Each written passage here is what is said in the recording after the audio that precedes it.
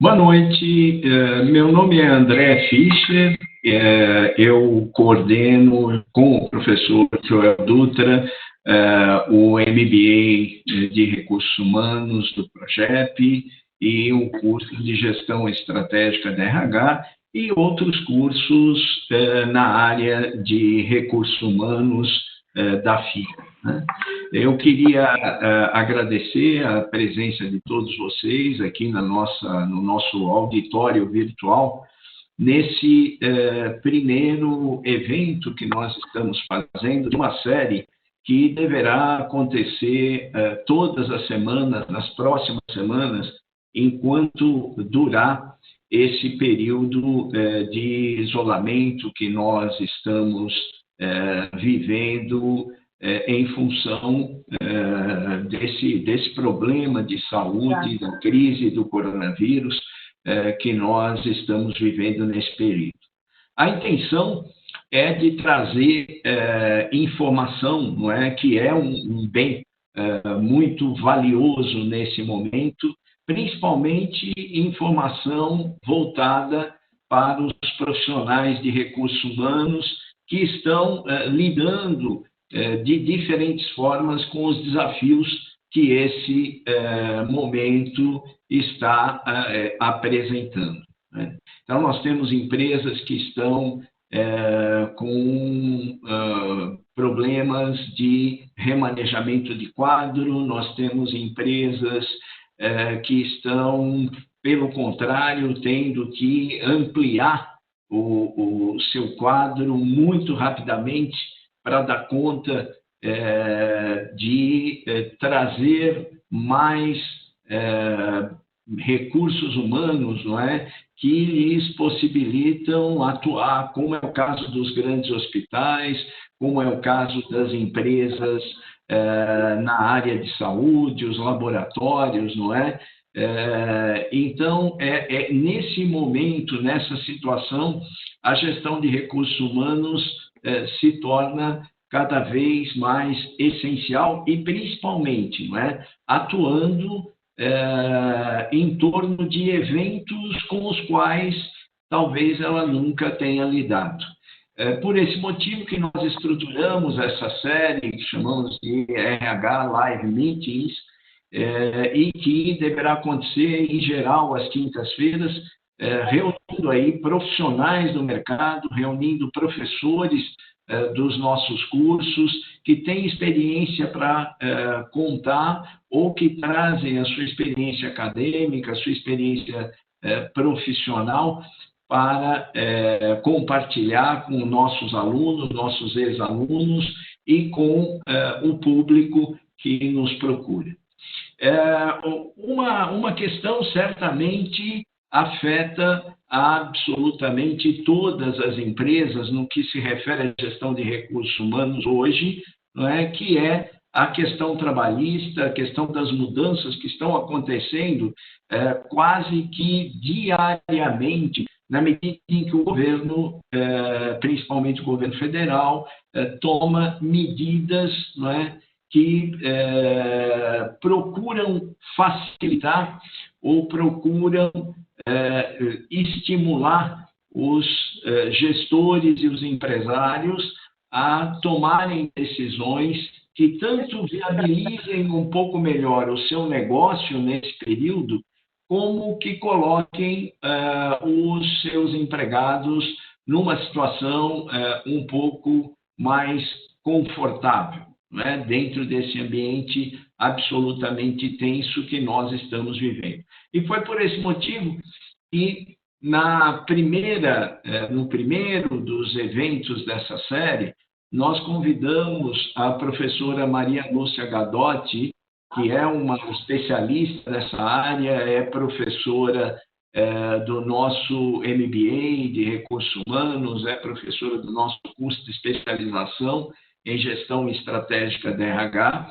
Convidamos a professora Maria Lúcia para conversar conosco a respeito de tudo isso que está acontecendo no mundo das relações de trabalho, no campo da legislação, não é? E estará disponível para responder as perguntas que deverão ser feitas, eu desde já aviso, deverão ser feitas por meio do chat, né? Por meio do chat, nós temos duas assistentes nossas, a quem eu agradeço também a presença, que estão todos aqui hoje e nos próximos eventos, trabalhando como voluntários, de forma voluntária e não remunerada, não é? E contribuindo para que esses nossos eventos possam acontecer, esses nossos encontros possam acontecer. Então, tanto a Sheila como a Aline, elas estão recebendo por meio do chat, durante a apresentação da professora Maria Lúcia, as perguntas que vocês tenham, e nós vamos catalogar essas questões e, ao final da apresentação da professora Maria Lúcia, nós procuraremos responder essas questões, vamos passá-las para a professora, para ela responder àqueles que estão trazendo dúvidas ou querem esclarecimentos a respeito dessas medidas que vêm sendo tomadas recentemente, né? Está conosco, além da professora Maria Lúcia, o professor Joel Dutra, meu companheiro, colega, amigo, né? Com ele nós conduzimos os cursos e estruturamos esses eventos também. Joel, você quer receber também nossos convidados? Por favor, abra o seu microfone. Não, está fechado ainda. Agora sim. Tá. Agora fechou. Fechou de novo. Abriu. Um prazer enorme estar com vocês. Obrigado pela presença de vocês nesse nosso encontro. E essa iniciativa objetiva ampliar o nosso repertório para enfrentar a crise que estamos vivendo. Então, vou estar acompanhando com vocês e, ao final, nós fazemos uma amarração desse nosso encontro. Um grande abraço. Vamos juntos nesse evento muito bonito. Legal, Joel. Obrigado. Como eu disse, nossa conversa, então, tem agora 2 ou 3 momentos, né? O primeiro momento é essa abertura, o segundo momento, a exposição da professora Gadotti.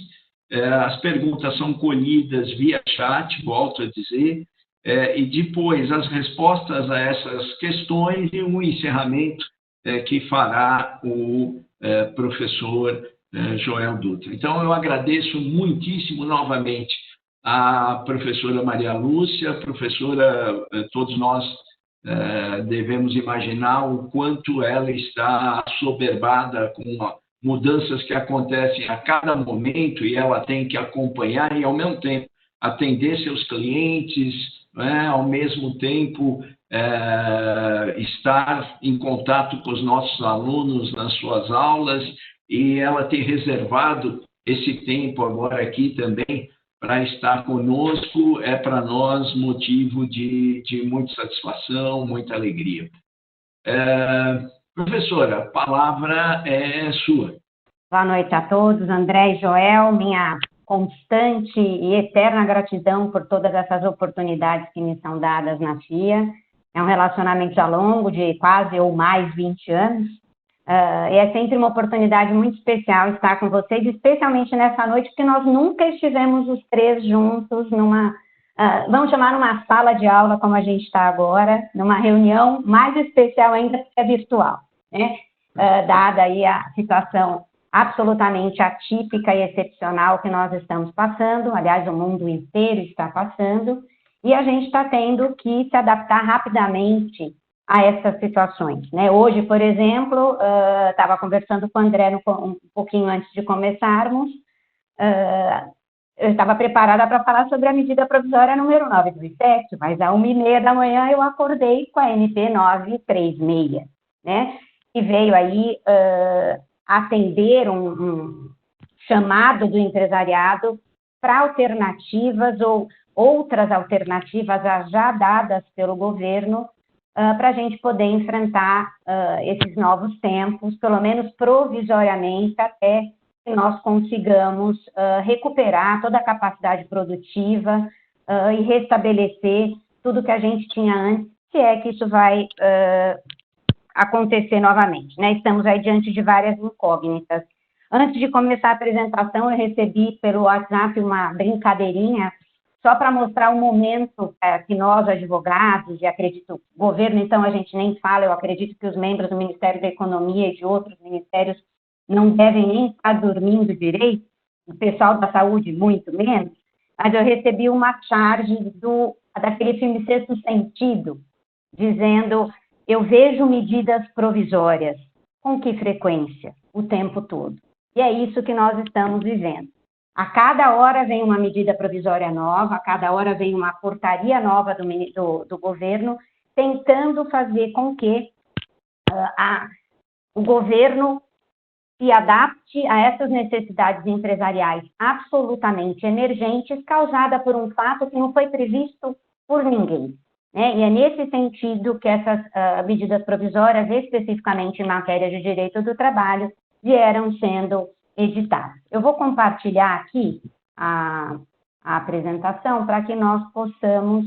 Então, eu fiz um apanhado da MP 927 e da MP 936. Não tenho aqui, gente, a pretensão de encerrar o tema, até porque em relação à MP 936, até a 927 já vinha gerando uma série de discussões, ainda não acalmadas, e agora, então, com a 936, já acusada de partida de inconstitucionalidade, em razão do que ela, a forma de composição que ela estabeleceu, a gente vai ter aí uma série de desafios.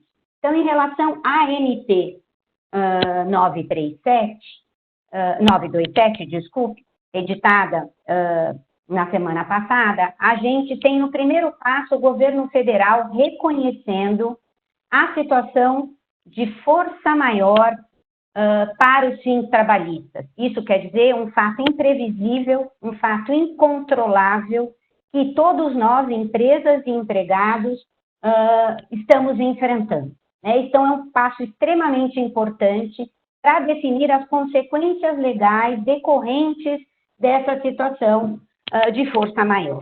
A semana passada, inclusive, houve aí uma discussão bastante relevante se os entes governamentais teriam ou não responsabilidade em relação a esse fato. Eu não vou entrar muito nesses detalhes, porque eu acho que a gente tem coisas muito mais relevantes para falar hoje. Né? Essa MP 927, ela abrange todos os empregados registrados na carteira de trabalho, mas ela também ampliou o seu rol exatamente em razão da emergência da situação.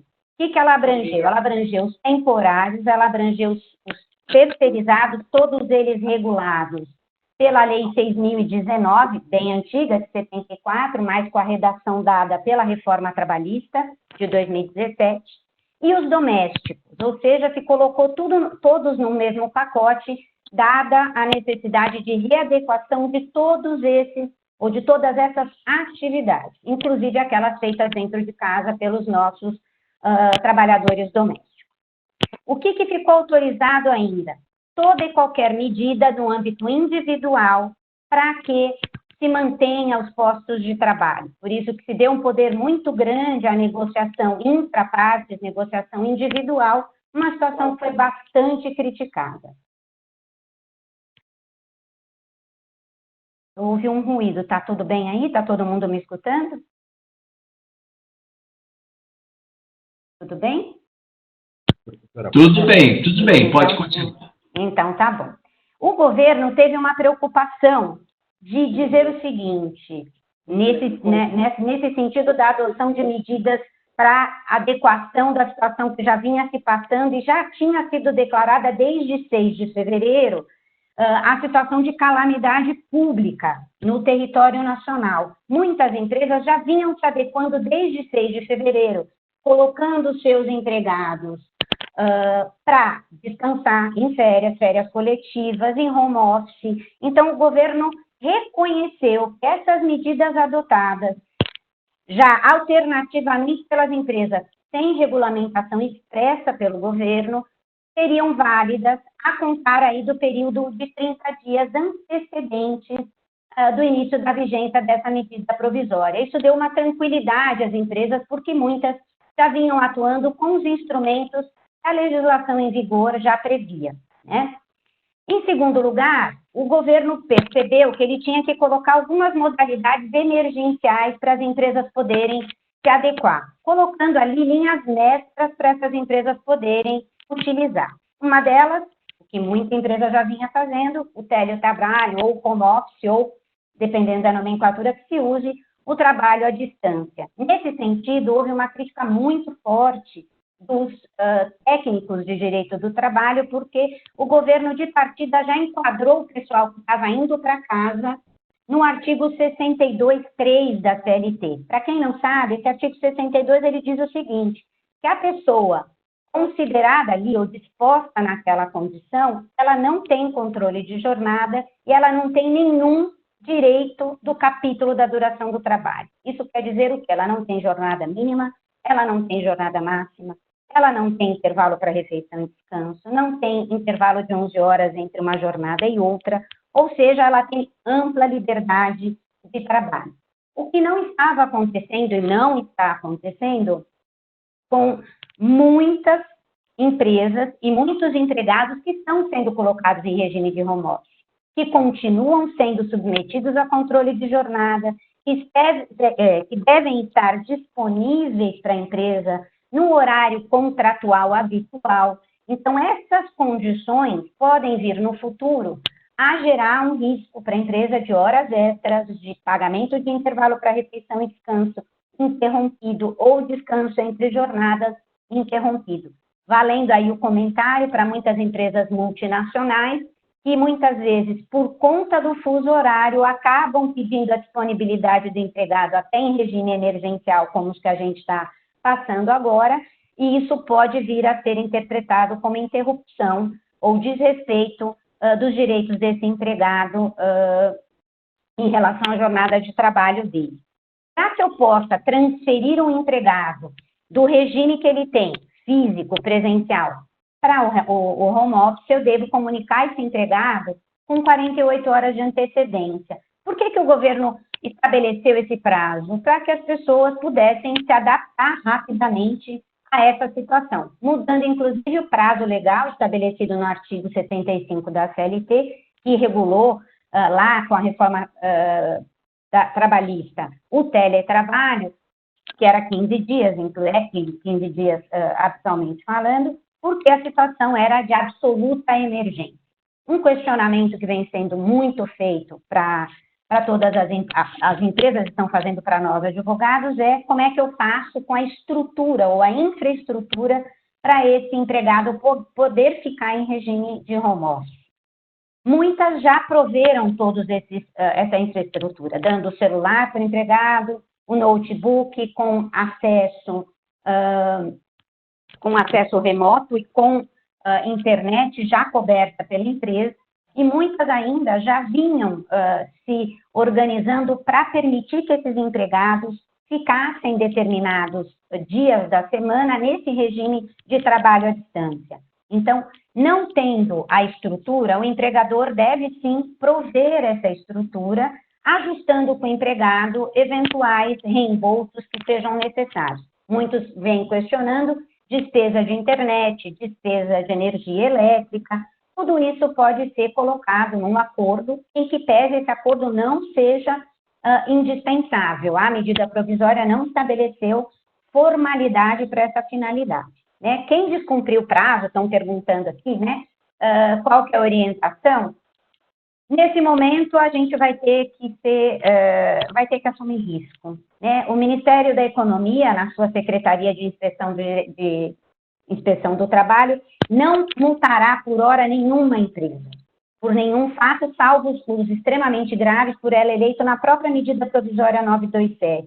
Então, não cumprir essa antecedência mínima de 48 horas, o máximo que vai acontecer é uma irregularidade administrativa que não vai ter peso relevante nenhum dentro dessa situação mais relevante, que é afastar os empregados do ambiente de trabalho para não haver risco de contaminação. Outra alternativa eleita pela medida provisória 927 foram as férias individuais, também fragilizando o prazo antes previsto de 30 dias para 48 horas de antecedência, novamente reconhecendo a urgência de se adotar medidas alternativas para conseguir se adaptar a essa situação excepcional.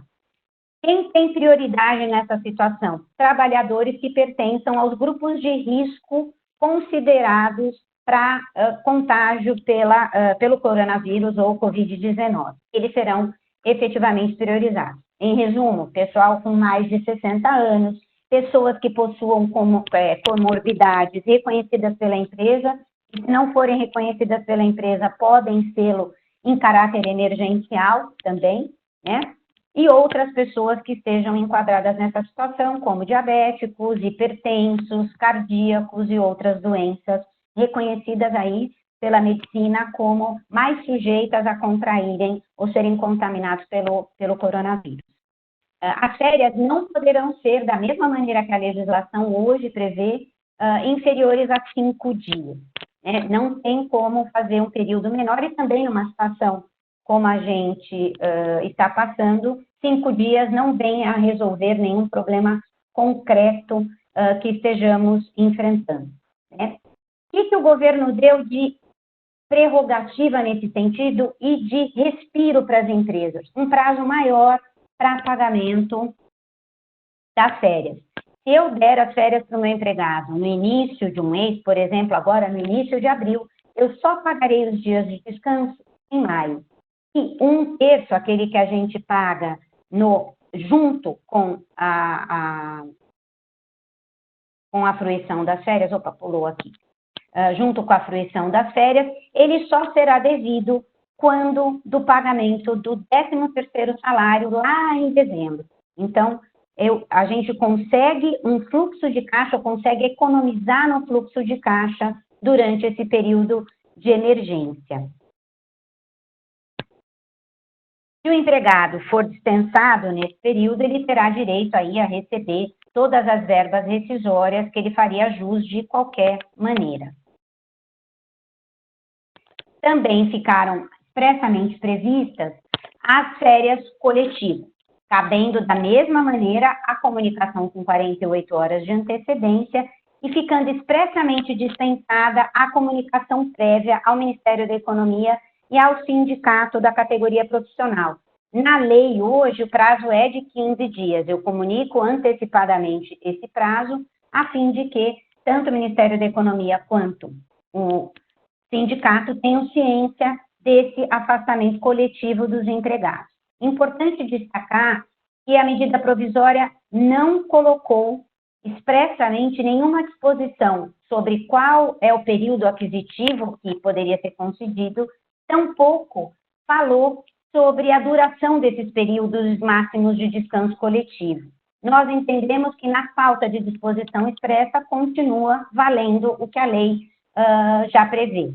Nas férias, estão perguntando aqui se eu posso antecipar férias que não estão ainda com período aquisitivo em gozo ou não tenham período aquisitivo ainda. Pode sim, não tem risco nenhum, está expressamente previsto na medida provisória. Essa é a ideia para manter postos de trabalho. A ideia do governo é autorizar alternativas que permitam manter os postos de trabalho. O mais importante nesse momento é fazer com que as pessoas não sejam desligadas dos seus empregos. Foi também prevista a antecipação de feriados, mediante aí comunicação do empregador, também com 48 horas. Nós vamos ver que esse prazo ele foi unificado pelo governo em praticamente todas as medidas que ele estabeleceu. Ele colocou esse prazo de 48 horas mínimas de comunicação ao empregado para que esse empregado possa se adaptar rapidamente a essa situação excepcional ao qual o empregador está colocando.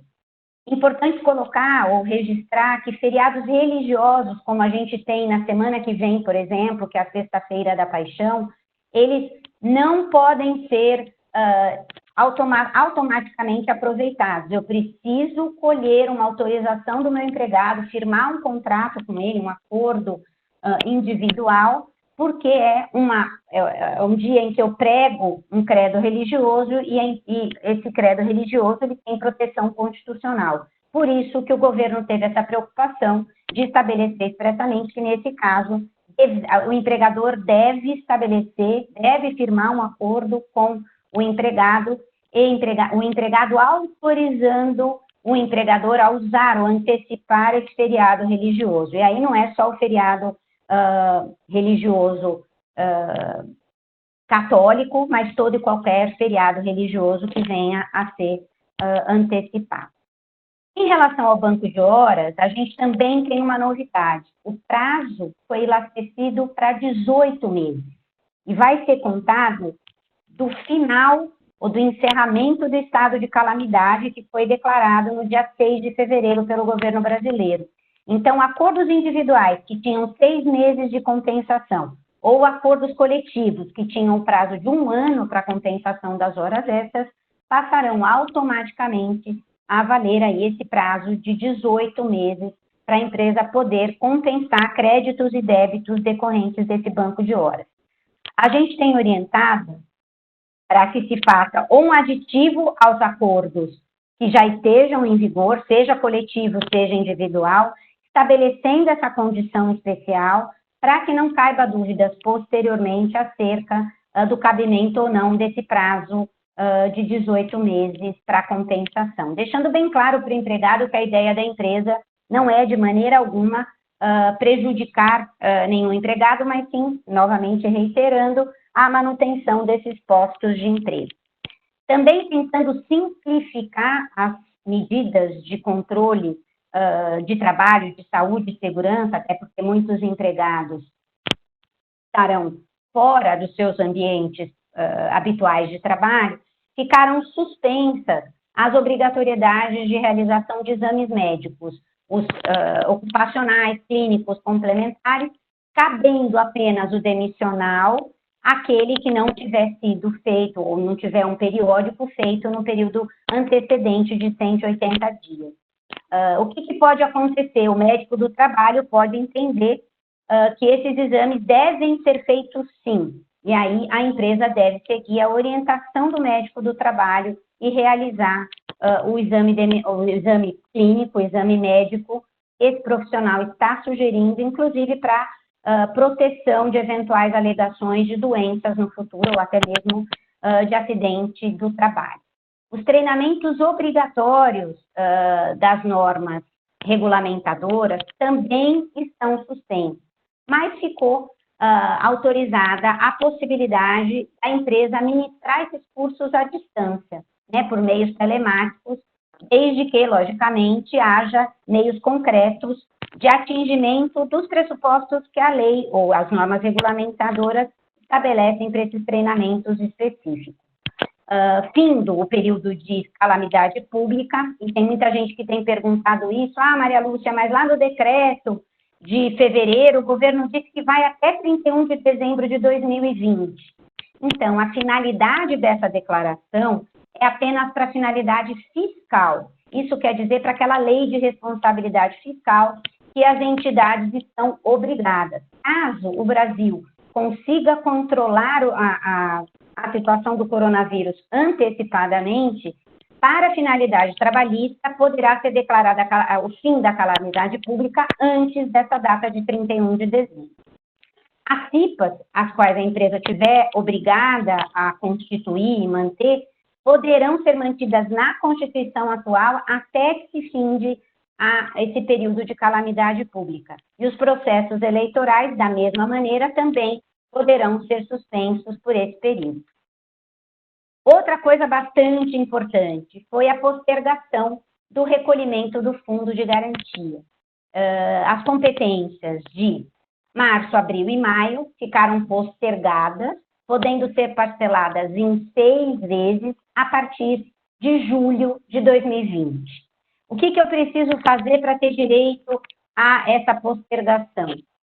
Eu tenho que prestar até dia 20 de junho agora, de 2020, as informações corretas para a Secretaria da Receita Federal e para o Conselho Curador do Fundo de Garantia, com precisão, porque se tiver problema na declaração, a empresa terá problemas depois. E esses valores que eu vou parcelar em 6 vezes até no segundo semestre inteiro de 2020, eles não têm nenhum tipo de multa, nenhum tipo de correção, nenhum tipo de encargo extra, porque eu estou fazendo pagamento para frente. Nessa medida, o governo também, nessa última semana, editou a medida provisória número 932, diminuindo os encargos do Sistema S para tentar desonerar um pouco a folha de pagamento e dar um respiro para as empresas poderem aí ter um fluxo de caixa um pouquinho melhor. Qual que é o problema desse parcelamento do fundo de garantia?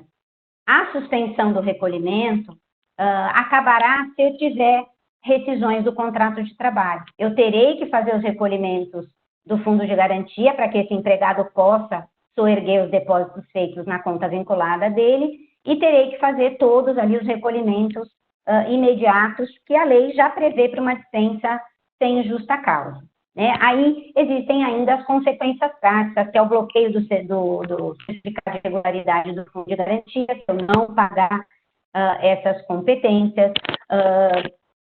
eu posso ter problemas com as certidões que eu precise expedir, por exemplo, para participar de uma licitação pública. Né? Estabelecimentos de saúde também tiveram normas especiais, exatamente em razão da crise na saúde que nós estaremos enfrentando. Espero que não enfrentemos, mas já existe um movimento bastante relevante e exacerbado nos hospitais em decorrência do coronavírus, e por isso as jornadas de trabalho, mesmo em ambiente reconhecidamente insalubre, tiveram uma flexibilização, se permitindo aí a prorrogação de jornada e o estabelecimento de escala de trabalho de maneira diferenciada. Da mesma maneira, essas horas suplementares poderão ser compensadas no prazo de 18 meses, como se fosse no banco de horas lá que a gente já conversou, o banco de horas para todos os empregados, não só do serviço de saúde. O pessoal de saúde também pagou um preço, que é a situação de férias, porque eles agora, precisando de mão de obra nesse regime, as férias não poderão ser concedidas para esses empregados. Os processos administrativos, ou seja, aqueles que vêm de multas, né, que a empresa foi multada pelo Ministério da Economia na sua Secretaria de Trabalho, estão suspensos pelo prazo de 180 dias. Tudo isso porque o atendimento também presencial está suspenso, à semelhança do que o Conselho Nacional de Justiça também fez para todas as esferas judiciais. Todos os prazos judiciais e audiências estão suspensos até o dia 30 de abril próximo. Isso se a situação permanecer como estamos. Caso ela se agrave, certamente haverá uma expansão desses prazos de suspensão e de não realização de atos presenciais.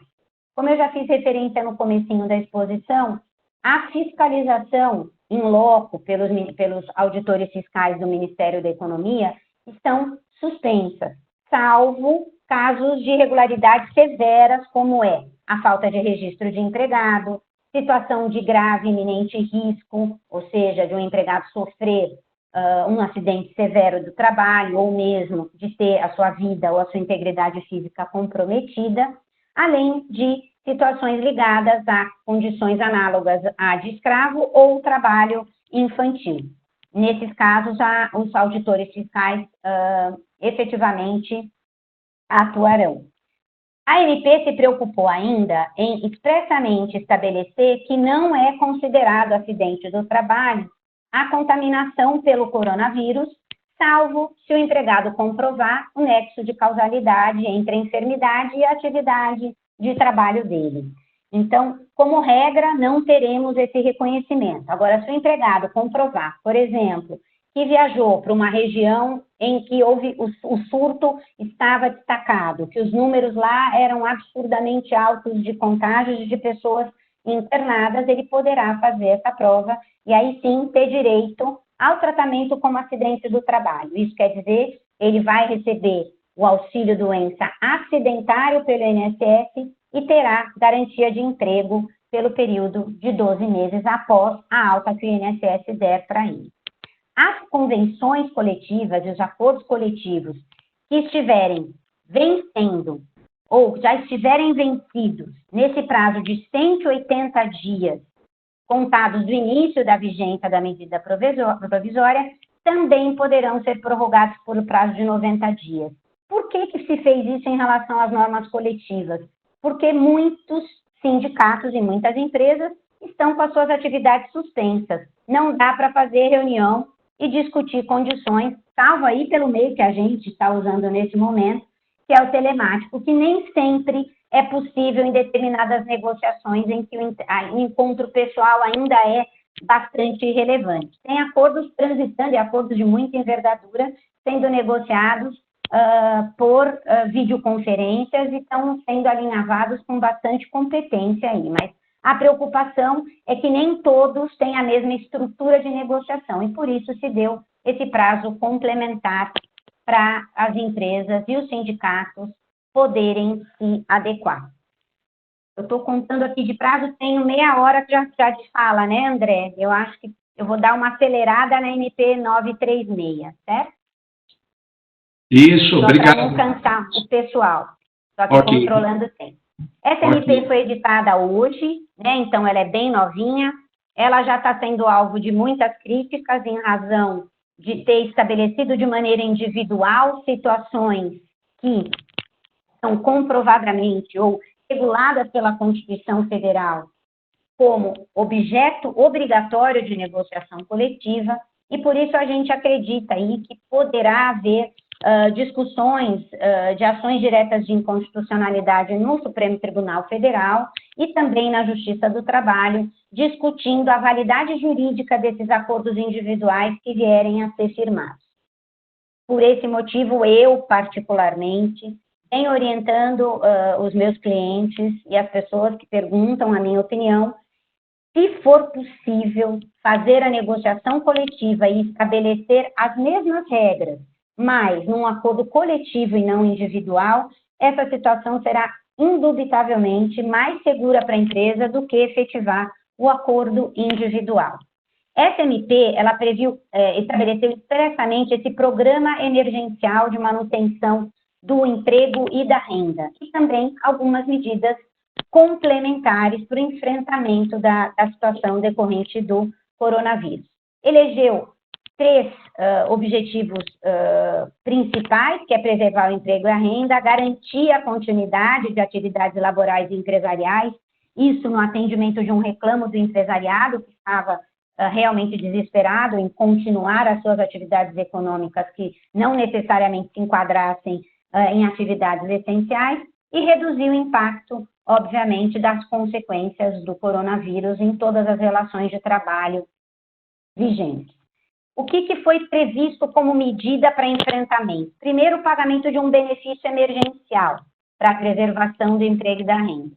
E o segundo, a redução proporcional de jornada de trabalho e salário. Isso já está estabelecido na legislação, ele só criou modalidade mais flexibilizada para a instituição dessa alternativa. E também a suspensão temporária do contrato de trabalho, que estava prevista na MP 927, mas foi revogado o artigo 18, que regulava essa situação pela MP 928, exatamente porque ele foi extremamente criticado, tendo em vista que ele precarizava a relação de emprego. Ao contrário da MP 927, que teve um cuidado de colocar todo mundo que ela entendia que era aplicável essa modalidade especial, nessa MP 936 apenas se fez referência aos trabalhadores seletistas, com jornada integral e parcial, e os aprendizes. Outras categorias, como na MP 927 disse, temporários, terceirizados e domésticos, não houve nenhuma referência. Então, esse aí é um buraco da lei, mas muita gente entende que, pelo menos para determinadas categorias, como os domésticos, essas alternativas caberiam, né? O que é esse benefício especial, emergencial, que o governo criou? É uma prestação mensal que vai ser paga com recurso da União Federal ao empregado que preencher os pressupostos que a medida provisória estabeleceu, tanto na redução de jornada e salário, quanto na suspensão temporária do contrato de trabalho. Ele só vai valer enquanto esses acordos estiverem vigorando. Acabou a validade desses acordos, pelas razões que a gente vai falar rapidinho, esse benefício também tem o seu pagamento suspenso. O Ministério da Economia já se referiu hoje em várias manifestações na imprensa que ele vai expedir uma portaria ou uma regulamentação específica sobre isso, mas nessas conversas ele já antecipou que as empresas deverão informar quais os empregados que vão ser submetidos a essa situação particular, seja a redução de jornada, seja a suspensão temporária do contrato de trabalho, mediante informação nesse sistema empregador web, colocando ali a suspensão, o prazo de suspensão e as condições que vão ser ou que vão regulamentar essa situação particular.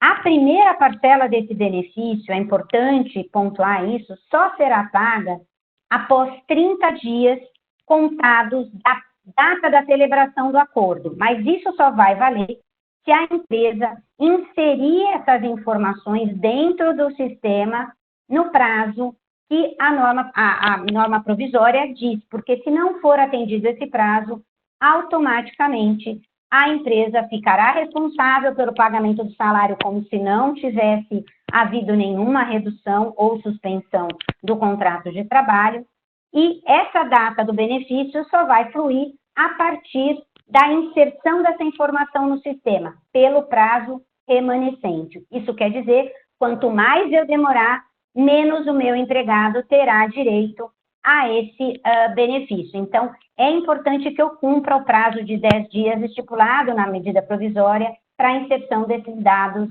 no sistema. Esse benefício, gente, embora ele tenha como base o seguro-desemprego, ele não se confunde com o seguro-desemprego.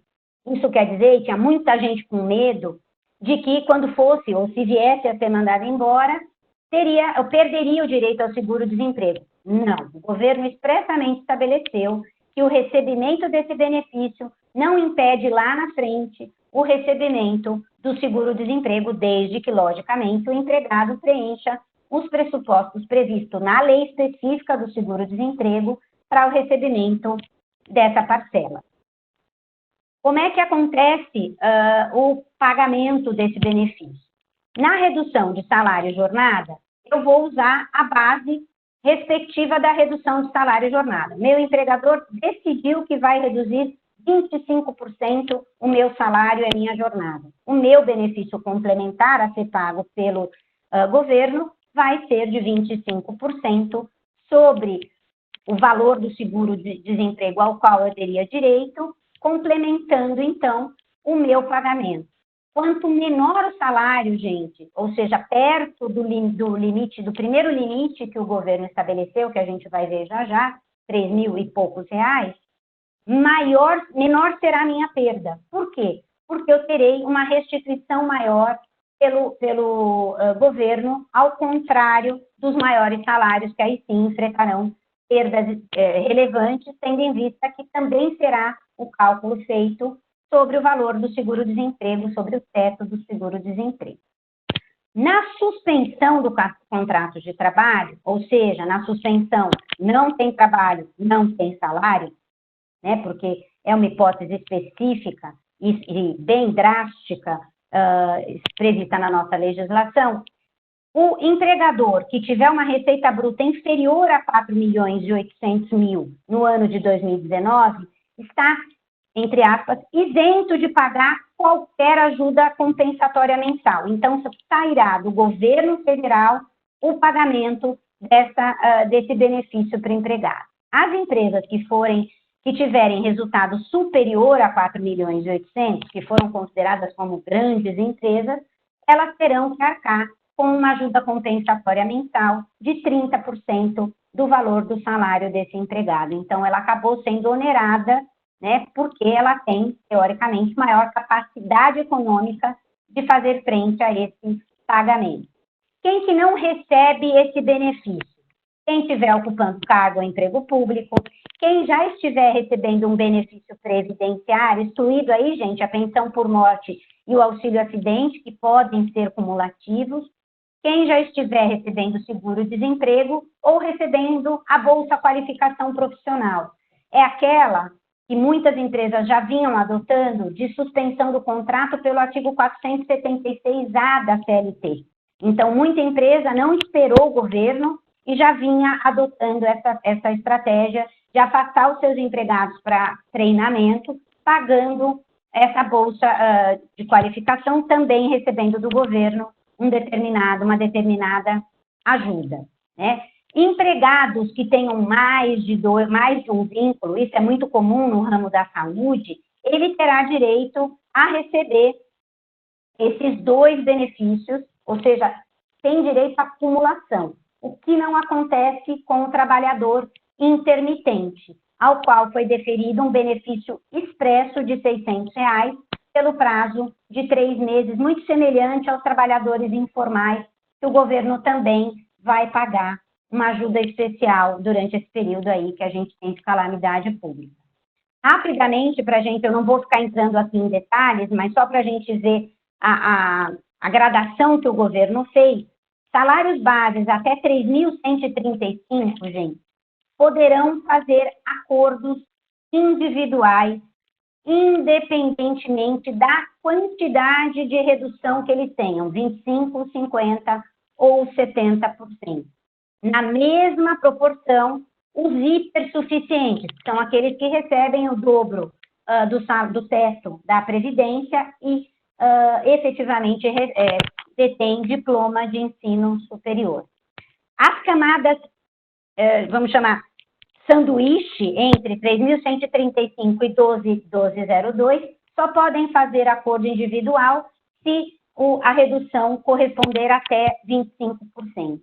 Se for acima disso, tem que ser por acordo coletivo.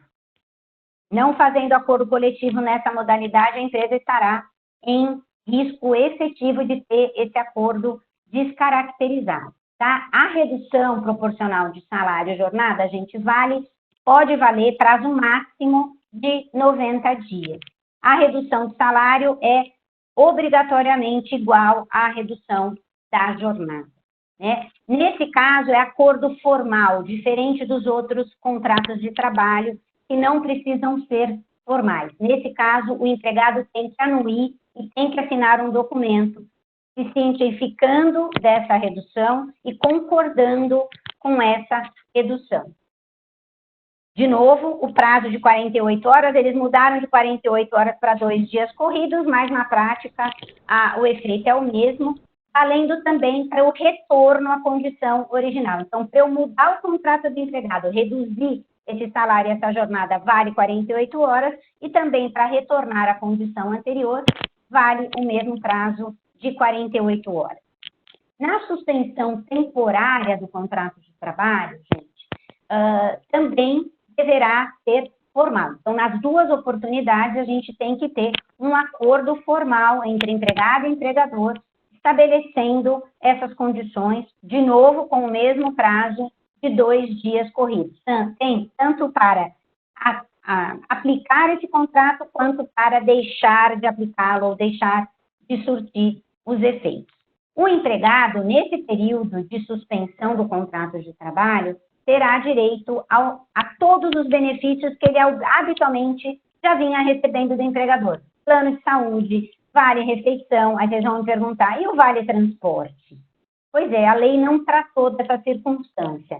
Mas como o vale transporte ele está especificamente vinculado ao deslocamento do empregado para o trabalho e do trabalho para casa, automaticamente ele não se deslocando, ele não terá direito ao vale transporte. O que não acontece com o vale refeição, afinal, ele estará comendo da mesma maneira, no teletrabalho, a mesma coisa. Esse tem sido um questionamento habitual para nós, né? Se o vale-refeição poderia ser suspenso nesse período de teletrabalho, de suspensão ou de redução do contrato de trabalho.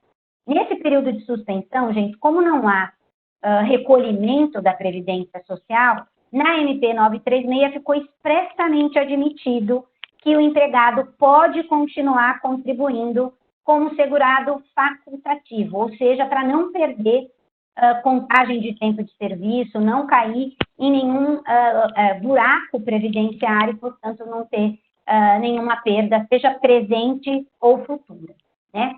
Importante destacar que, nesse período de suspensão do contrato de trabalho, o empregado não pode trabalhar, nem que seja em regime de teletrabalho ou prestar uma ajuda para o empregador rapidinho, esclarecer uma dúvida, fazer um e-mail ou redigir um relatório que a empresa está precisando. Não pode. Se isso for descoberto, o regime de suspensão está descaracterizado, a empresa vai ter que pagar tudo como se essa suspensão não tivesse ocorrido, e, além disso, pagar sanções previstas, tanto na legislação quanto em convenções ou acordos coletivos. Da mesma maneira que a gente falou em relação à redução de salário e jornada, se aplica aqui a questão da ajuda compensatória mensal. Nenhuma, no caso das empresas que tiveram, né, receita bruta inferior a 4.800.000 em 2019 e de mínima de 30% para aquelas que tiveram receita bruta maior de 4.800.000 no ano de 2019. A ANP ainda diz assim, ela faculta o empregador a dar ou conceder um curso ou programa de qualificação profissional nesse período, inclusive por período maior do que o da suspensão, que só pode ser de 60 dias, dizendo aí que esse curso deve ser no mínimo de 1 mês e máximo de 3 meses. Então, ele supera o prazo da própria suspensão, né? O que tem de comum nessas duas modalidades previstas na MP? Se eu resolver adotar uma e depois adotar outra, eu não posso somar os dois períodos. Isso quer dizer, eu não posso ter 90 mais 60. Eu posso ter apenas 90. Ou seja, esse é o limite máximo, 90 dias para essas medidas extraordinárias. Esse acordo individual que eu vou remeter, ou que eu vou celebrar com o meu empregado, eu estou falando remeter porque muitos deles estarão em casa, então eu vou mandar via e-mail e o empregado vai me devolver assinado, escaneado e eu guardo no meu arquivo temporariamente. Ele tem que ser também enviado para o sindicato da categoria, para que ele tenha ciência desse fato. Outra coisa muito importante é que quem estiver sob situação de serviço público e atividade essencial, ele tem que priorizar essa situação, cuidar para que ela não reflita negativamente nessa prestação de serviço. Esse benefício vai poder ser acumulado em decorrência dessas situações, não há nenhum problema. Essa ajuda deve expressamente estar prevista nesse acordo e ela não terá nenhum encargo, gente. Ela tem natureza exclusivamente indenizatória, não é base de cálculo nem para o empregador e nem para o empregado. Então, não paga previdência, não paga imposto de renda, não paga fundo de garantia e, além disso, vai poder ser usada pela empresa para a determinação do imposto de renda da pessoa jurídica. Qual que é o probleminha? Que muita empresa olhou e falou, ai meu Deus, aqui está o meu calcanhar de Aquiles. Durante o período da redução de jornada e da suspensão temporária do contrato de trabalho, esses empregados deterão garantia de emprego. Além disso, findou a redução, findou a suspensão, ele terá também garantia de emprego pelo prazo exatamente igual ao da suspensão ou da redução. E, gente, vamos ponderar do outro lado. O empregado está ou sem receber ou recebendo minimamente, ou tendo seu salário efetivamente reduzido nas proporções que a medida provisória estabeleceu. Temos que minimamente garantir que durante um determinado tempo, durante esse contrato e após ao seu término, ele tem uma garantia de que ele não perderá esse emprego, porque o objetivo principal dessas medidas provisórias é manter todo mundo empregado, então minimamente eu tenho que garantir um emprego. O empregador já está sendo beneficiado com uma série de reduções, seja de salário, seja de encargo.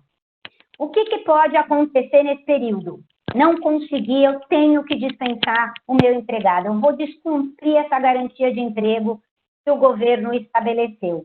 Ok, além das suas verbas rescisórias habitual, terá que pagar uma penalidade, uma indenização para o empregado nas proporções que estão estabelecidas aqui. Novamente, gente, como maneira de ressarcir o prejuízo que eu estou fazendo o meu empregado sofrer pela ruptura dessa promessa que eu tinha de que o contrato dele seria mantido, seja na redução de salário e jornada, seja na suspensão do contrato de trabalho. Eu não vou entrar nesses detalhes porque eu sei que o tempo já está apertado, né? Essas proteções, gente, já estão são aplicáveis só às dispensas sem justa causa pelo empregador. Empregado que pede demissão ou é dispensado por justa causa não tem direito à garantia de emprego e não tem direito ao pagamento dessa indenização complementar que a ANP estabeleceu como forma de compensação de prejuízo, né? Não se tirou o direito dos sindicatos negociarem também, por acordo coletivo, a concessão desse benefício emergencial. A única coisa que se colocou como condição é, quando tiver uma redução inferior a 25%, o benefício emergencial não se aplica, ele não é cabível. E aí se criou uma gradação para as reduções nos percentuais que a medida provisória já estabeleceu. Os acordos coletivos que foram firmados anteriormente ao início dessa medida provisória e que precisam ou gostariam de ser adaptados, podem ser adaptados, mas num prazo bem pequeno, gente. Tem 10 dias contados de hoje para fazer essa adaptação e inserir essas novas cláusulas, senão, efetivamente, perde a possibilidade, perde a oportunidade de fazer uso dessas prerrogativas que a ANP criou. Também, da mesma maneira, estamos aí com um processo de fiscalização e de autuação pelo Ministério da Economia suspensos, da mesma maneira que a gente teve na medida provisória 927, e aplica-se as sanções estabelecidas na legislação se ficar comprovado que a empresa descumpriu esses itens estabelecidos pela medida provisória. O governo tinha que criar alguns sistemas de freios para garantir que essas empresas, ou para tentar garantir que essas empresas cumpram aí com esse mínimo legal que foi estabelecido nessas duas medidas provisórias.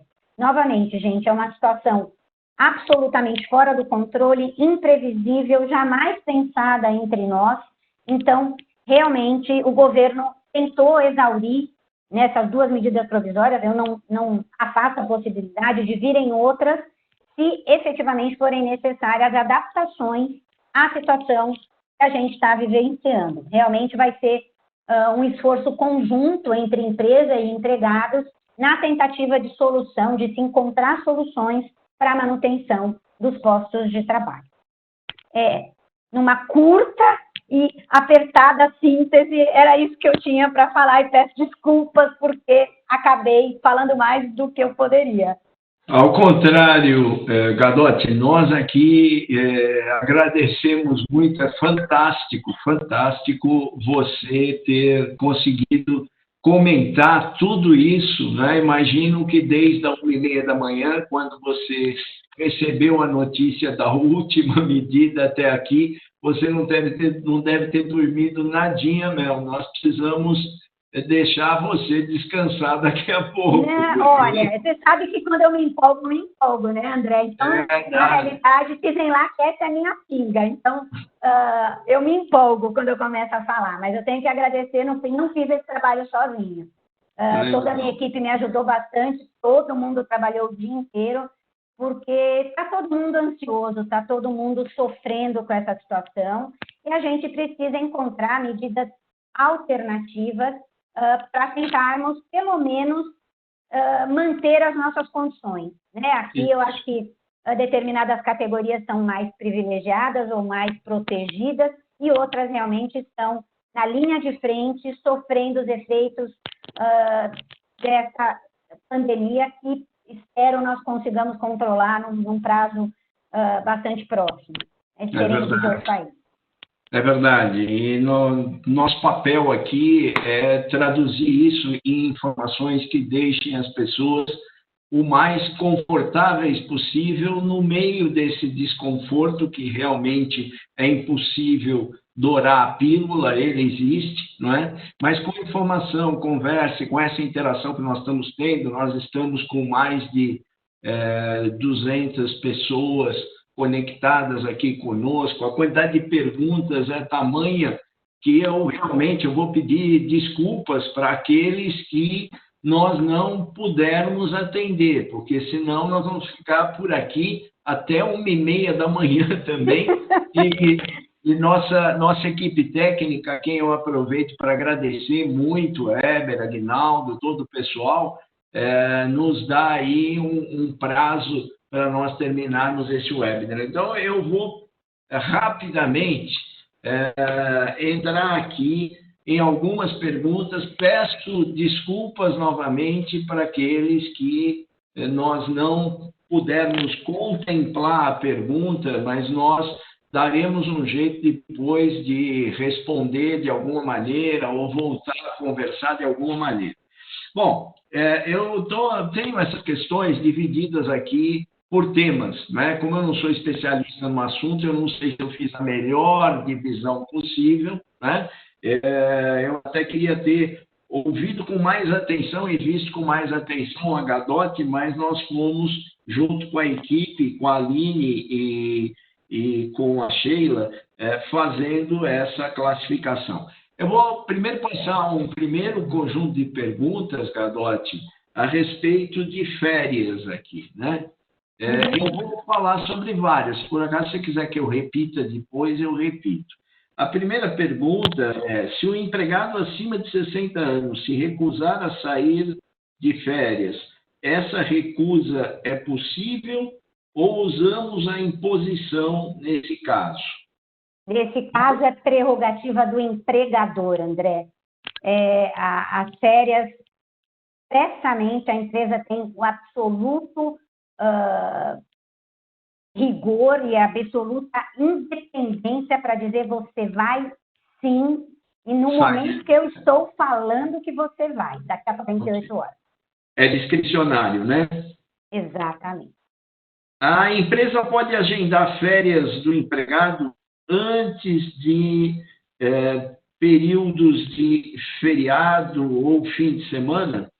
Não. Na realidade, a AMT silenciou sobre esse tema e o nosso entendimento é de que, quando a AMT não fala expressamente, vale o que está previsto na legislação em vigor. Então, temos que observar a proibição da lei, incerta aí pela reforma trabalhista de 2017, que proíbe o início das férias nessas duas circunstâncias que foram referidas na pergunta.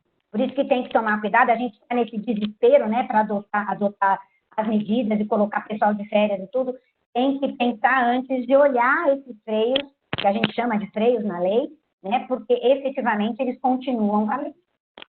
Ótimo, Maria Luz. Bom, eu vou fazer duas em seguida, tá? Posso adiantar férias para quem não tem período aquisitivo? Qual é o risco? Acho que agora pode, né? Não mas tem risco nenhum.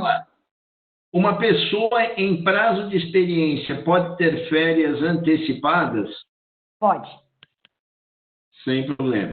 Não teve nenhuma ressalva em relação aos contratos que a gente chama a prazo determinado. Então, o que você vai ter na prática, André? Um problema de verba rescisória, porque se essa pessoa, né, ela não for efetivada, você já deu férias e você vai ter esse esse problema nas verbas decisórias. Agora, o descanso em si, o afastamento, não tem prejuízo nenhum, pode ser concedido. Ótimo, maravilha.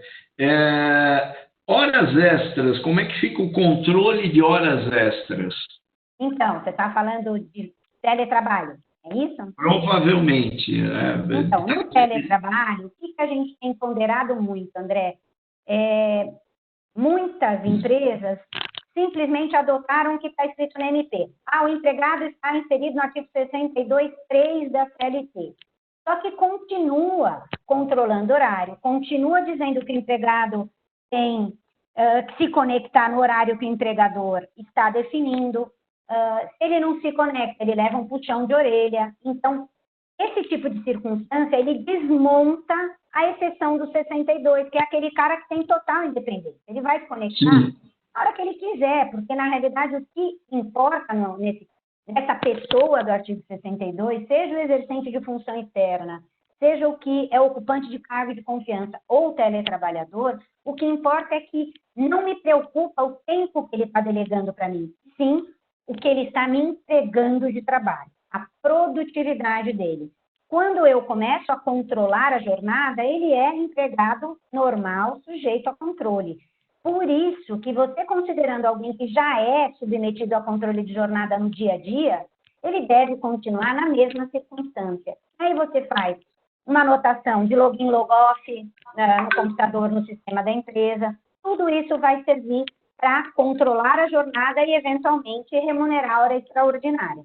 O que eu tenho indicado para os meus clientes é expressamente estabelecer no termo de home office, que eu tenho sugerido assinar fazer é colocar que horas extras ou elastecimento do horário de trabalho para essas pessoas especificamente só pode ser efetivado se autorizado pelo seu superior hierárquico. É uma maneira da empresa controlar ali o que está sendo produzido de hora para depois poder fazer as compensações devidas e não ter uma conta no final a pagar, né? Ótimo, ótimo, ótimo. Com relação ao trabalho remoto, o pessoal que nos acompanha está perguntando também se o empregador deverá custear a infraestrutura para os trabalhadores e está perguntando o que seria menos arriscado para a empresa do ponto de vista trabalhista quanto aos recursos. Internet, energia elétrica, telefone, computador, o que seria menos arriscado, né?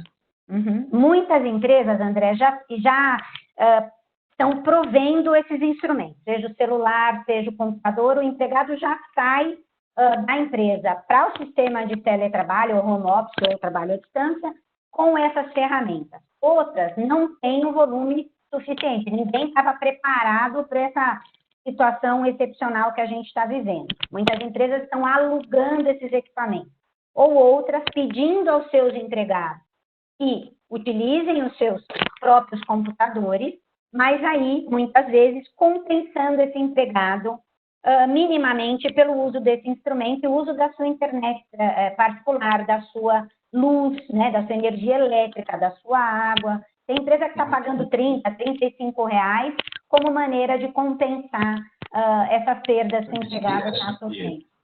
Muito bom. E aqueles que não conseguiram comunicar com 48 horas de antecedência que os funcionários iriam trabalhar de forma remota, você acha que isso é um problema, não? Uma mera irregularidade administrativa, André. Você sabe como eu sou pragmática, então eu acho que isso daí é de só menos importância de verdade num momento como esse. Sem problemas, né? Com relação a novas contratações, será que eu posso contratar um motorista e não fazer o exame toxicológico?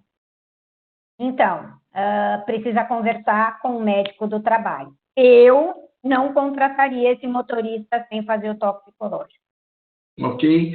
Nós vamos falar... é indispensável, André. Eu entendo que esse, particularmente em relação a essa profissão, é um exame indispensável e faz parte do processo inteiro de contratação, diferentemente de outros que a gente faz exame admissional praticamente como pro forma, como atendimento de uma exigência legal.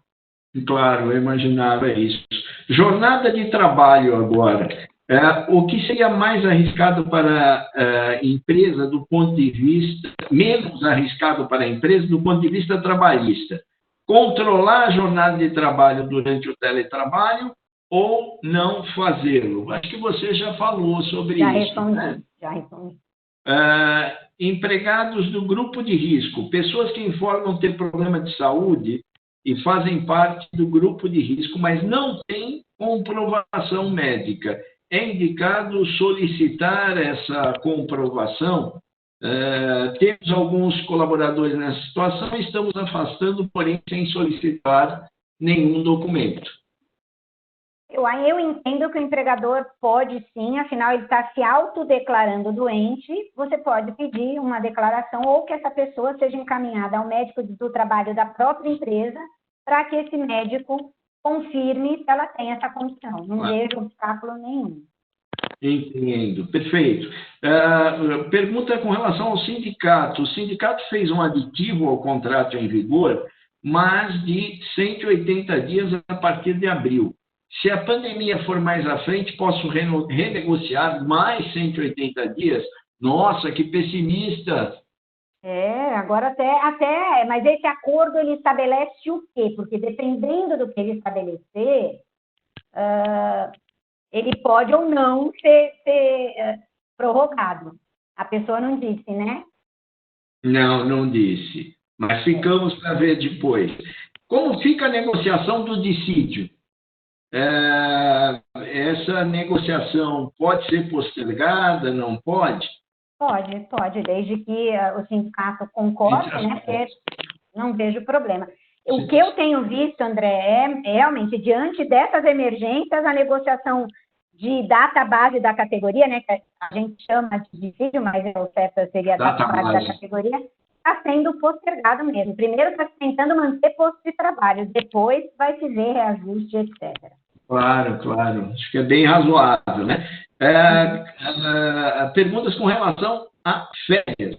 A exemplo das férias coletivas, em caso de antecipação das férias individuais, reinício do período aquisitivo? Eu entendo que a gente está só antecipando as férias. O período aquisitivo, ele continua naquela situação. Claro. Também. Com relação ao pagamento das médias de férias, as médias sobre o 13º das férias poderão ser pagas em dezembro de 2020? Será que eu tenho? A média compõe a remuneração do empregado. Então, a rigor, o valor da remuneração dele, que vai ser quitado com 30 dias, ou junto com o salário do mês em que eu estiver tirando férias, deveria ser pago junto com a remuneração dele. Eu já tenho essa média para essa finalidade, certo? Legal. Eu tenho aqui uma pergunta que eu vou tentar ser claro com relação a ela. Sobre férias.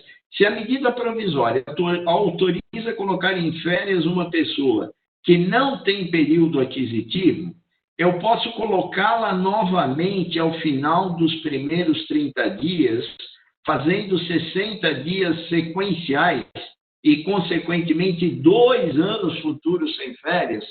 Meu Deus! Nossa, essa é difícil, hein? Olha, eu entendo que vai ficar complicado.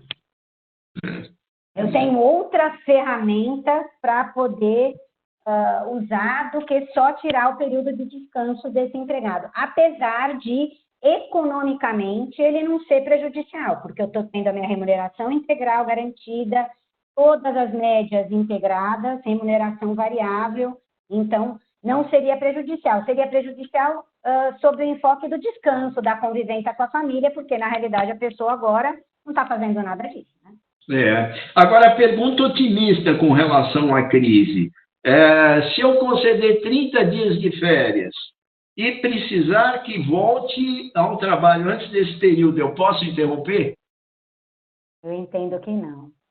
Não? Poxa vida, É assim, flexível?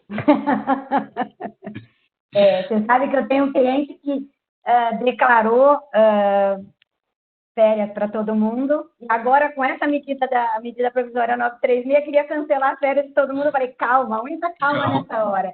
Não vai estou com o dar. contrato interrompido. Flexibilidade tem limite, tá bom. Algum limite para compensação de horas ou antecipação de férias? Existe algum limite? Compensação de horas. Ou antecipação de férias, tem algum limite? Então, a compensação de horas está meio genérico, né? Então, eu vou usar aí os limites da lei. Normalmente, no sistema de banco de horas, a gente continua com os mesmos freios da lei. 2 horas extras por dia, máximo de 10 horas, portanto, se eu compenso sábado não trabalhado, eu não terei 2 horas extras por dia, senão eu excedo o limite de 10 horas diárias que a legislação trabalhista estabelece. Se eu fizer uma comunicação por escrito via WhatsApp, serve para comprovar a antecedência de 48 horas? Eu entendo que sim, especialmente se os meus empregados não estiverem na empresa. Hoje, todas essas modalidades de comunicações à distância, elas são válidas. O que eu teria o cuidado é de pedir que cada um deles acusasse o recebimento da mensagem, para não ter dúvida de que efetivamente essa comunicação se concretizou. E será que eu posso antecipar todos os feriados dos empregados ou são só os feriados de um período específico? Então, essa tem sido uma pergunta muito recorrente, André. O que acontece? A gente tem uma situação excepcional que pode acabar a qualquer hora. Então, eu teria um pouquinho mais de cuidado na compensação desses feriados. Eu pegaria os mais próximos, anteciparia se fosse necessário, e em essa situação, se prorrogando, eu utilizaria outros feriados. Ok. Você já respondeu, mas algumas empresas estão usando controle de ponto online por aplicativo. É recomendável? Tem muita empresa fazendo isso, desde que seja fidedigno, de que não seja passível fazer qualquer alteração desse registro pela empresa, ou seja, invalidando a blindagem do sistema, não vejo problema nenhum, não. Eu tenho vários clientes usando também, André.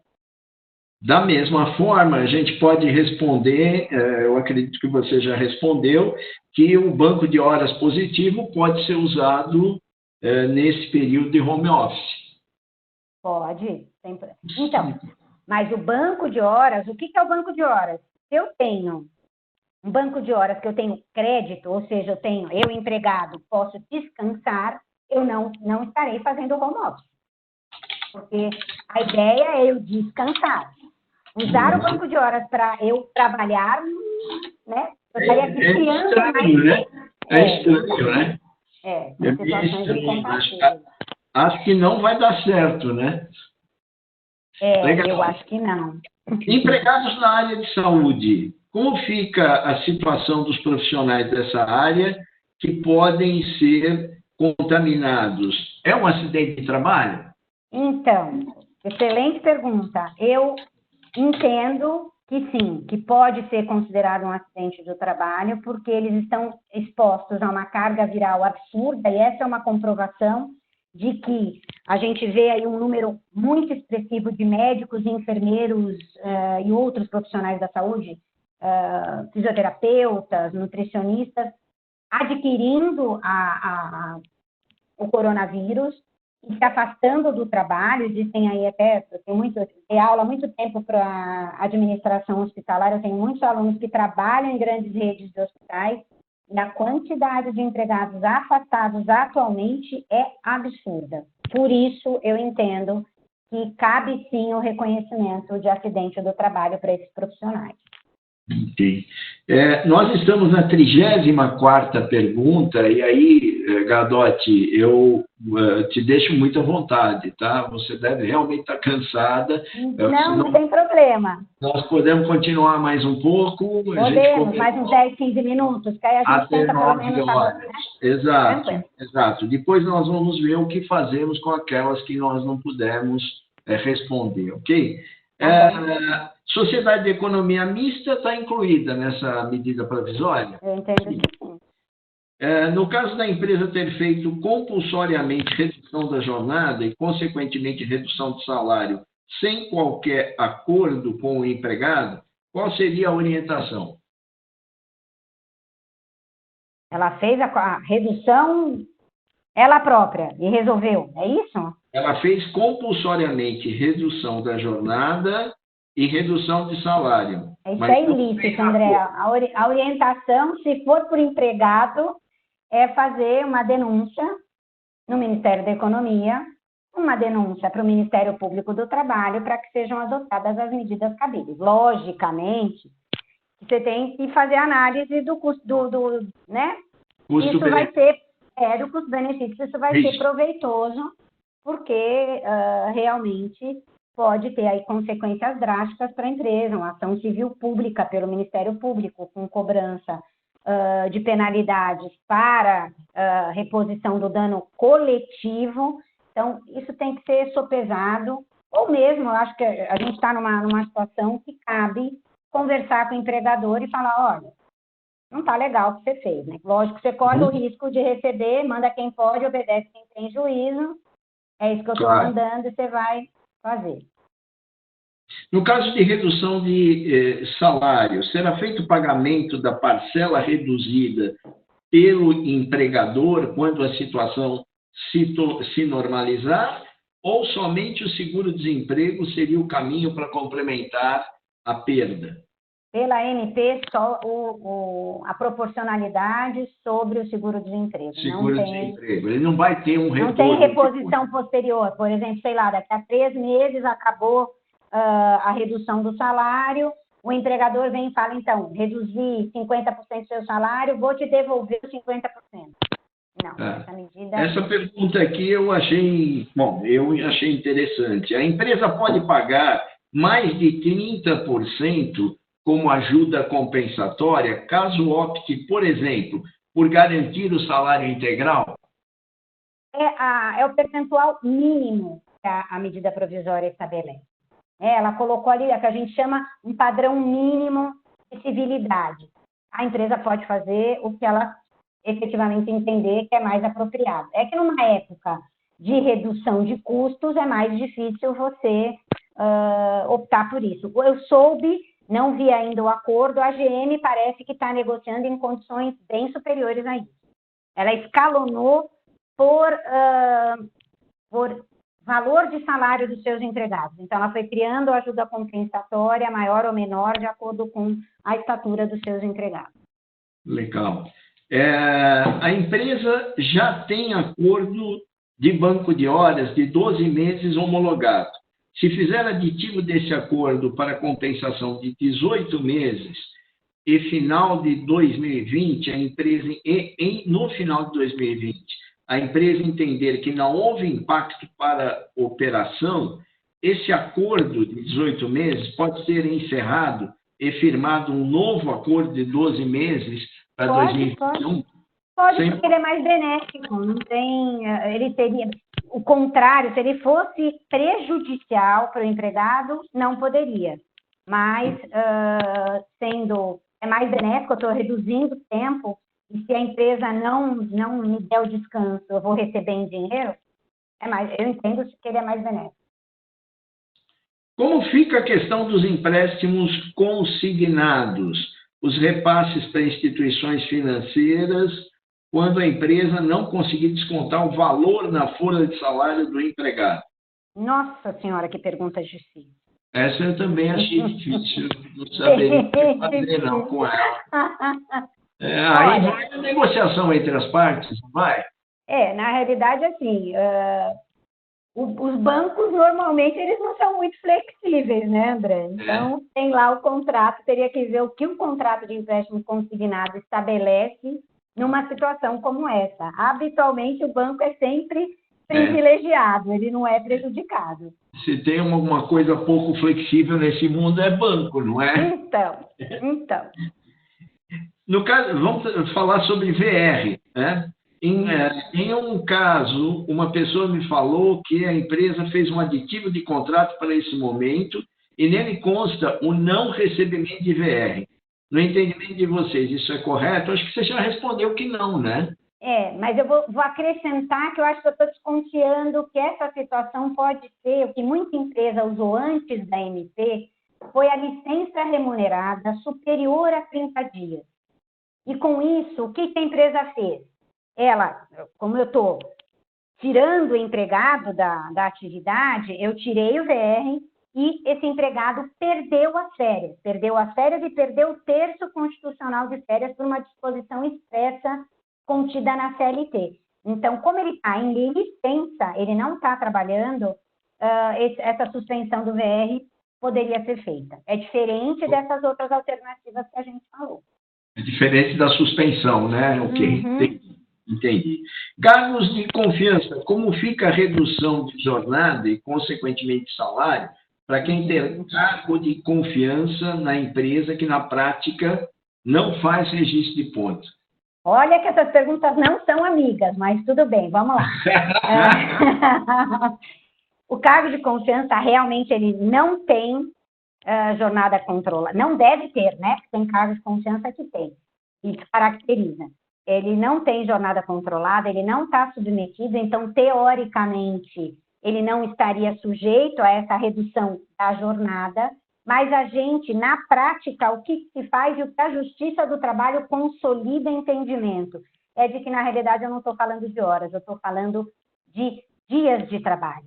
Então, quando eu opto, eu, empregador, normalmente se faz isso, ou se reduz hora por dia, o que já se chegou à conclusão que não é muito produtivo, ou eu cancelo um pedaço da jornada da semana, uma sexta-feira à tarde, ou uma segunda-feira, o que for. Então, nesse dia, o cargo de confiança também não está obrigado a trabalhar, ainda que ele seja o substituto do empregador na acepção jurídica do termo. Então, eu estou falando de dia de trabalho e não de horas de trabalho. Horas de trabalho. Não tem pergunta difícil para você, Gadotti? Não, tem sim.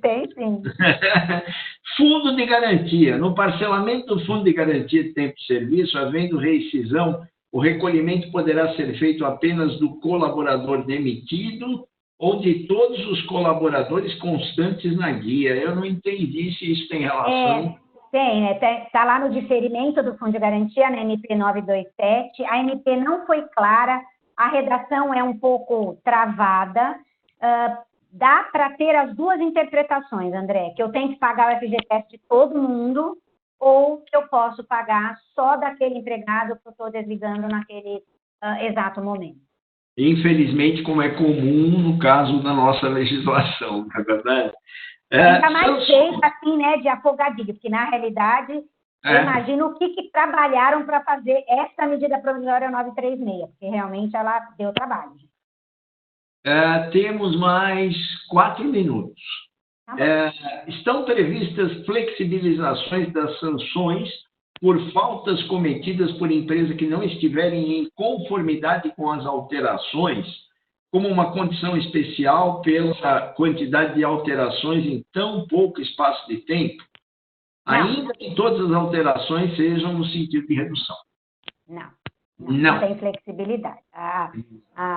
O que aconteceu é que as autuações estão suspensas, salvo aquelas hipóteses que eu falei expressamente. O que pode acontecer depois é eles virem, checarem que a situação estava equivocada e aí sim autuarem a empresa.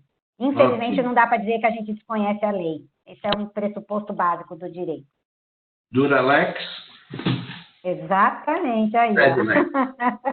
Segurança da informação, né? Pergunta 42, nós já estamos, olha onde nós chegamos. Como fica a segurança da informação no home office? Se informações forem perdidas, hackeadas, etc. Eu acho que aí Olha, Deus sabe, mesmo assim não tem certeza, né? não é, e eu acho que aí hoje as empresas, elas cada dia mais investem em segurança da informação, elas controlam o que os empregados acessam ou não, inclusive tem sido um questionamento muito habitual, empregados que estão com o laptop da empresa, mas estão, por exemplo, durante a jornada, estão ali trabalhando, mas estão assistindo um vídeo no YouTube, estão assistindo uma série junto, e as empresas querendo saber se podem dar lá um puxão de orelha nesse empregado que não está trabalhando o tempo inteiro ou que está usando o instrumento de trabalho para finalidade particular. Então, eu entendo que a empresa deve adotar medidas muito seguras de controle desses acessos para que essas informações não escapem, né? A gente vive na ditadura da informação, né? E o segredo da empresa hoje está nisso, não está mais numa caixa, num projeto em papel, nada disso. No caso de um membro da CIPA que tenha terminado seu mandato há um ano atrás e está na estabilidade pós-mandato, pode ser desligado nesse período de pandemia? Boa pergunta também. Uma pergunta bastante interessante, uma vez que a CIPA terá a sua duração postergada, né? Eu não posso fazer um novo processo eleitoral. O que eu entendo, se for um membro que tenha uma pessoa que possa substituir, então eu tenho titular, eu estou mandando embora o suplente, não teria problema. Estou mandando embora o titular, aliás, estou mandando o suplente, tem o titular, não tem problema. Estou mandando o titular, tem o suplente, também não tem problema. A garantia de emprego, ela não está estendida, não houve declaração nesse sentido. Então, o que eu acho você tem que ter a CIPA, a composição da CIPA em ordem. Você não pode ficar com a CIPA claudicante ou com um membro a menos. Se por acaso você tiver esse membro a menos, você estará incidindo numa irregularidade. Ok. Férias. O período aquisitivo é alterado para trabalhadores com menos de 12 meses de contrato de trabalho? Então, essa disposição, a gente tem uma disposição na CLT quando a gente antecipa férias em férias coletivas. Isso quer dizer, eu vou fechar a empresa, por exemplo, muito comum em dezembro, lá para a partir do dia 20 e pouco, e eu tenho empregados novos que não teriam direito. Então, essas pessoas, a gente passa, né, uma régua e coloca todo mundo na mesma caixinha. Na MP, não está estabelecido isso para as férias individuais que eu estarei antecipando. Então, a rigor, eu estou antecipando esse período de descanso, mas o período aquisitivo não teve a alteração. Isso quer dizer, entrei em março de 2020, eu completaria o meu período aquisitivo em março de 2021.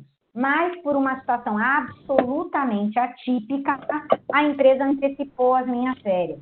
Eu entendo que continua lá na frente, inclusive para ele poder fazer uso desse período da maneira que melhor lhe aprouver futuramente. Agora, ele não tem esse direito. E se depois de 10 dias de concedidas férias, nós estamos concluindo... Deu um ruído agora. Ok, agora sim. Se depois de 10 dias após as férias, eu convocá-lo a retornar, o pagamento das férias será proporcional ao número de dias efetivos de férias? Mas ele quer cortar, quer romper as férias de novo, é isso? Isso. Eu acho que não deveria romper as férias, mas se romper, paga os 10 dias e depois vai pagar os dias trabalhados. André, a Fabrícia entrou aqui, ela disse que em relação a essa pergunta da CIPA, que a gente respondeu faz pouquinho, que ela já estaria só no período de estabilidade pós-mandato. Nesse caso, eu entendo que pode ser desligada sem problema nenhum.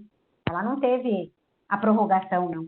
Eu entendi que era um membro da CIPA mesmo. Esse não é mais membro, só tem a garantia por conta do mandato que exerceu antes. Só complementando para ficar respondido na expectativa da Fabrícia.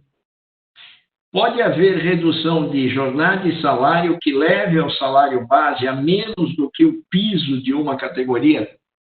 Como é que é? Se pode haver redução de salário e jornada abaixo do piso da categoria. Vamos lá.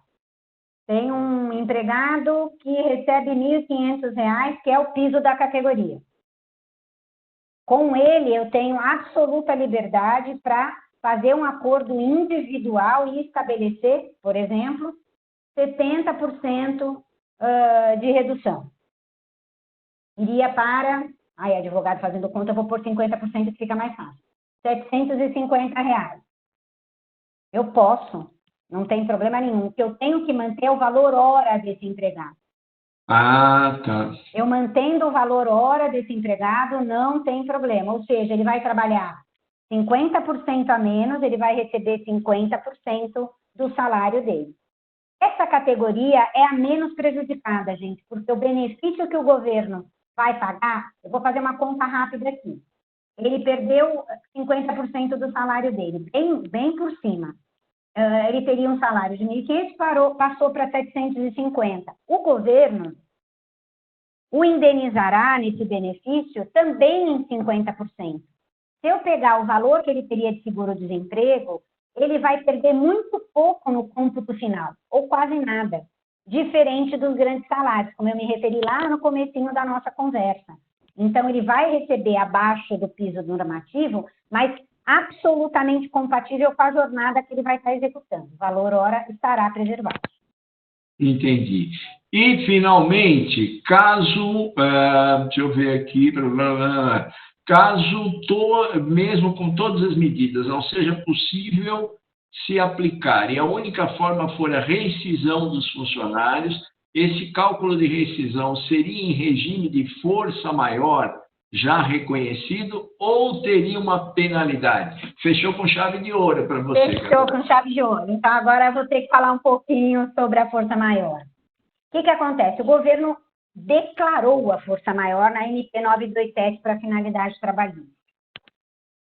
Então, não há dúvida de que estamos diante de uma situação de força maior para fins trabalhistas. Isso não autoriza, no entanto, a conclusão imediata de que toda e qualquer empresa pode proceder ao desligamento com base na força maior, que está lá no 502, pagando metade das verbas rescisórias. Inclusive, há quem defenda que não caberia nem aviso prévio nesse tipo de circunstância.